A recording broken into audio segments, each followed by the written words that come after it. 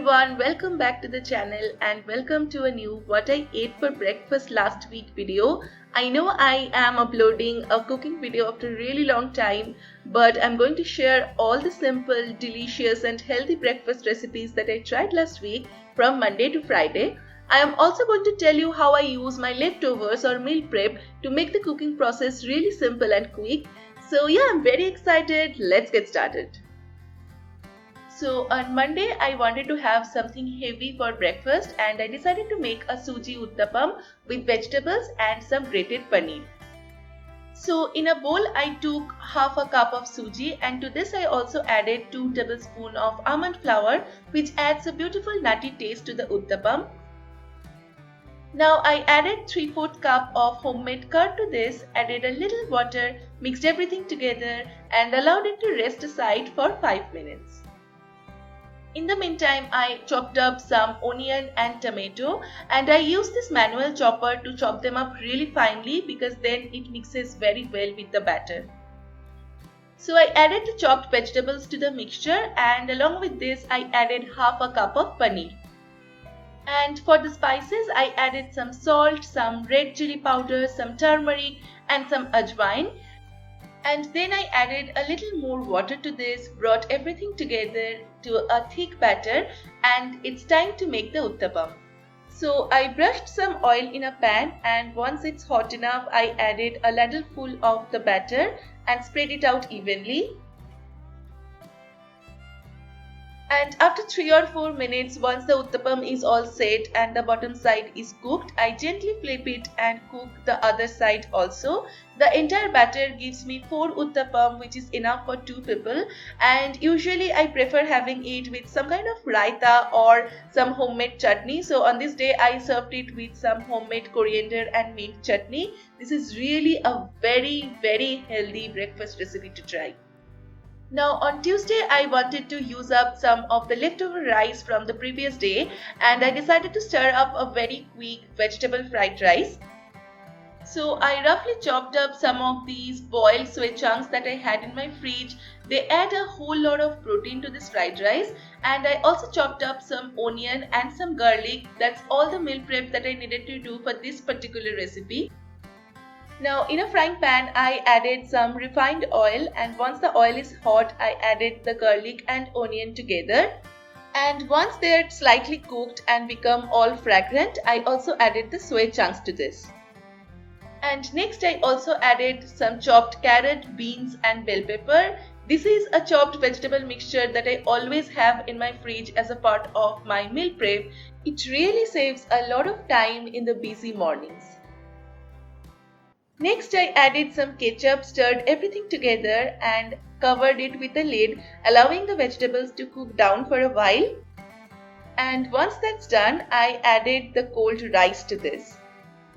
And yeah, then I just stirred the rice along with the vegetables and adjusted the taste with some salt and pepper. I don't add anything else, but before turning off the gas, I just add a little bit of sesame oil because it adds a really beautiful nutty flavor to the entire dish. And that's it, it's ready. I did not have to do a lot for this fried rice, but it turned out to be very tasty.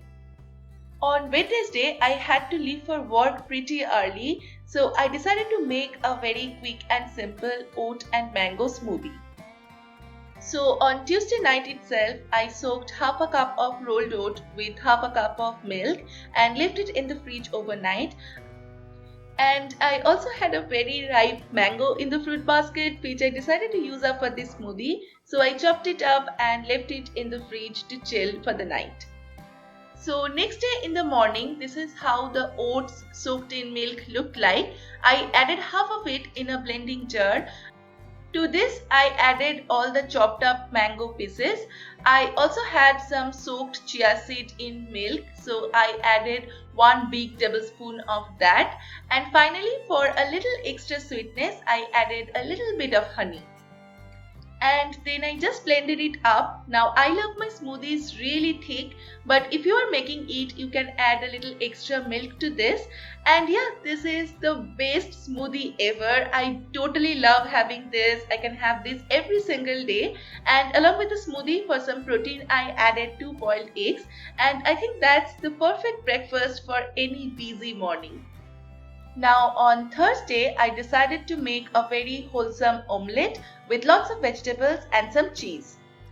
So in a bowl, I added 3 whole eggs. I am making this for me and my husband. If you are making it just for yourself, you can add 1 or 2 eggs. And then after adding some rock salt and pepper, I whisked it up before adding all the vegetables to this.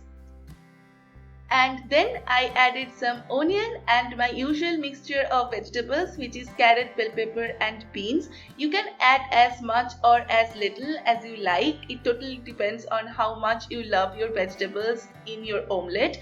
You can also add some tomatoes to this. I love adding tomatoes to my omelettes, but somehow on this day I completely forgot to add tomatoes.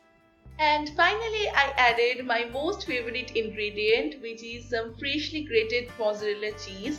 You can also use the regular cheese cubes or just chop up some cheese slice if you have that at home. But I love these particular mozzarella cheese, so I just grated it up and added quite a good amount of it to the omelette mixture. Now in a pan, I add some olive oil, and once that heats up, I add the entire mixture to this. It takes some time to set and cook, so I leave it undisturbed for 4-5 minutes, and once it starts looking like this, I fold it gently and the crust is brown, so that means that the omelette is completely cooked and ready. I cut it into halves, allow it to cook for another 30 seconds or so, and yeah, the omelette is done.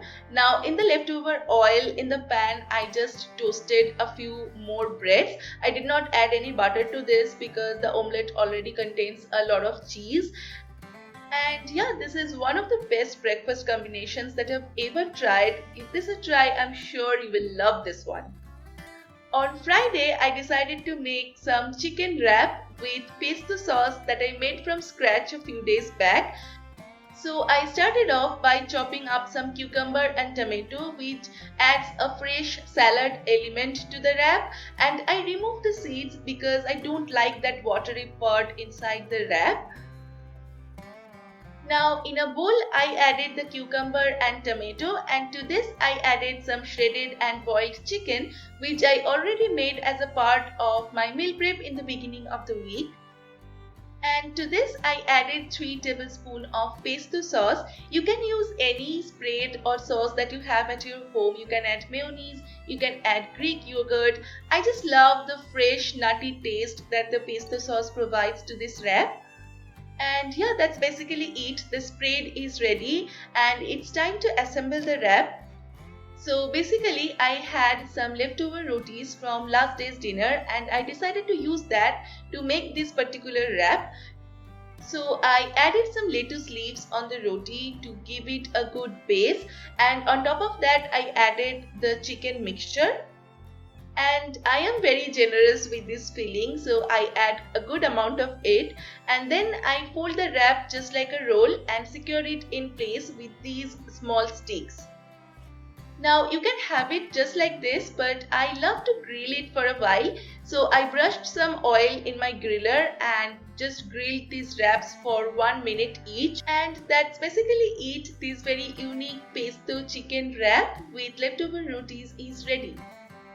So these are all the recipes that I tried from Monday to Friday. Do let me know what you think about the recipes and let me know which one you are going to try first. Also, if you have not subscribed to the channel yet, please do. I would love to have you around. I will be back with a new video very soon. Till then, take care and bye bye.